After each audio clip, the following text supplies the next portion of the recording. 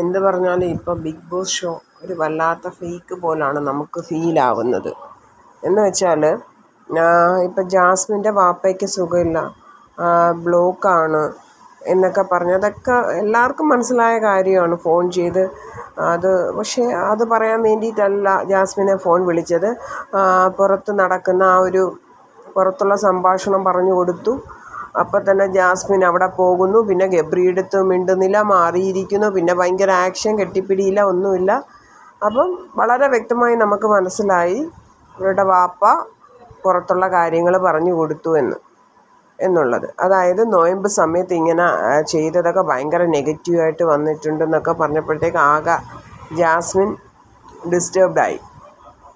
പിന്നെ അത് കഴിഞ്ഞിട്ട് പിന്നെ നമ്മുടെ കബീഷ് ഒരു ഇൻ്റർവ്യൂ നടത്തുന്നുണ്ട് ജാസ്മിൻ്റെ വാപ്പയുടെയും ഉമ്മയുടെയും. അത് തീർത്തും വെളുപ്പിക്കാൻ വേണ്ടിയുള്ളൊരു ഇൻ്റർവ്യൂ ആയിരുന്നു. അതിനകത്ത് പണ്ടത്തെ ട്രീറ്റ്മെൻറ്റ് നടത്തിയതിൻ്റെ തെളിവൊക്കെ എടുത്ത് കാണിക്കുന്നു. അതിൽ നിന്നും വ്യക്തമാണ് ഇപ്പോഴും ട്രീറ്റ്മെൻ്റ് ഒന്നും നടന്നില്ല. ഹോസ്പിറ്റലിൽ പോയി എന്നുള്ളത് സത്യമായിരിക്കും, പക്ഷേ അവിടെ അഡ്മിറ്റ് ആവാനും ശ്രമിച്ചിട്ടുണ്ട്, പക്ഷേ ഡോക്ടേഴ്സ് അവിടെ കിടത്തിയിട്ടില്ല. അതാണ് സംഭവം. അതുമല്ല, ഇങ്ങനെ ഇൻ്റർവ്യൂവിന് ഇത്രയും കണ്ടിന്യൂ വന്ന് സംസാരിക്കാൻ പറ്റില്ല. ഒരു ബ്ലോക്ക് വന്നൊരു വ്യക്തിക്ക് അങ്ങനെ വന്ന് സംസാരിക്കാൻ പറ്റില്ല. അതും വളരെ ക്ലിയറാണ്, ആളുകൾക്ക് മനസ്സിലായി. എന്തായാലും നമുക്ക് മൊത്തത്തിൽ വായിക്കുമ്പോൾ ബിഗ് ബോസ് ജാസ്മിൻ്റെ സൈഡ് തന്നെയാണ്. മിക്കവാറും നമ്മുടെ ജാസ്മിൻ കപ്പ് കൊണ്ടുപോകുമെന്നാണ് ഡൗട്ട്. പിന്നെ റോക്കി ബായി എന്തായാലും പുറത്തു പോയി. പക്ഷേ ആ പാവപ്പെട്ട നമ്മുടെ സിജോയ്ക്കിട്ട് അടിക്കണ്ടായിരുന്നു.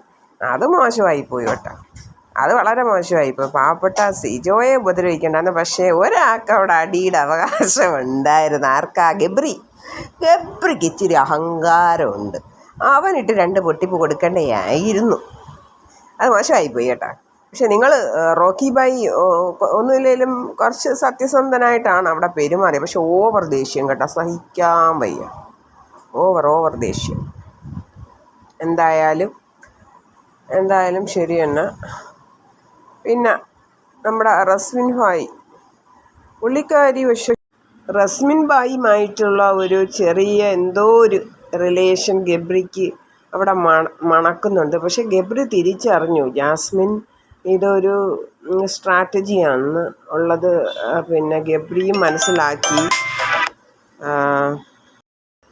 എന്താണെന്ന് വെച്ചാൽ ജാസ്മിൻ ഒരു കാര്യം പറഞ്ഞായിരുന്നു, ഇത് ബിഗ് ബോസ് എന്ന വീട് ഒരു ചെറിയ വീടാണ്. ഇവിടെ ഒരു കോള് വന്ന് കട്ടായേ.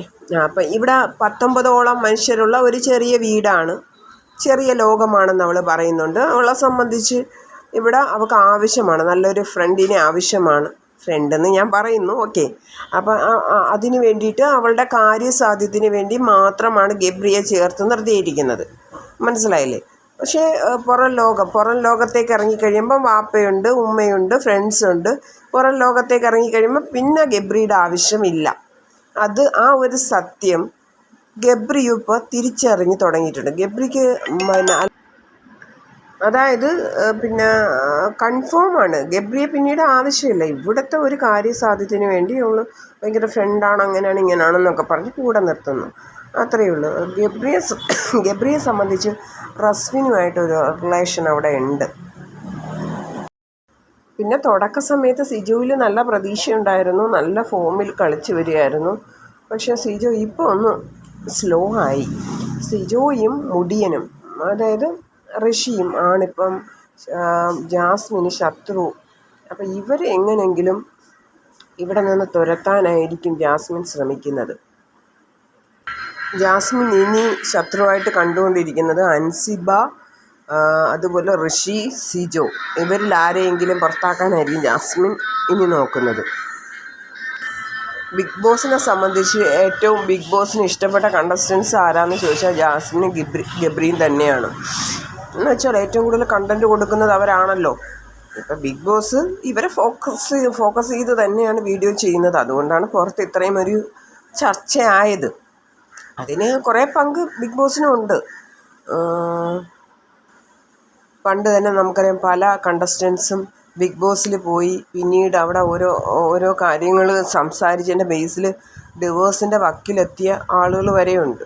അപ്പം ഇതിലേക്ക് പോകുമ്പം നോക്കിയും കണ്ടും പോയില്ലെങ്കിൽ പാണി പശുവും വെള്ളത്തിൽ കിട്ടുമെന്നുള്ളത് യാതൊരു സംശയവുമില്ല. ഇപ്പം തന്നെ യൂട്യൂബ് ചാനൽ നടത്തി നല്ല രീതിയിൽ പൊയ്ക്കൊണ്ടിരുന്ന ജാസ്മിനാണ് കഷ്ടകാലത്തിന് അതിനകത്ത് പോയി പെട്ടിരിക്കുന്നത്. ഇപ്പോൾ അവരനുഭവിക്കുന്ന നമ്മൾ കണ്ടുകൊണ്ടിരിക്കുകയാണ്. എന്തോ ഒരു സൈബർ അറ്റാക്കാണ് അവർ നേരിട്ടുകൊണ്ടിരിക്കുന്നത്. നോക്കിയും കണ്ടും ബിഗ് ബോസിൽ ചിന്തിക്കാതെ ചെന്ന് കയറിയിട്ട് പറ്റിയെന്ന് പറഞ്ഞിട്ട് കാര്യമില്ല.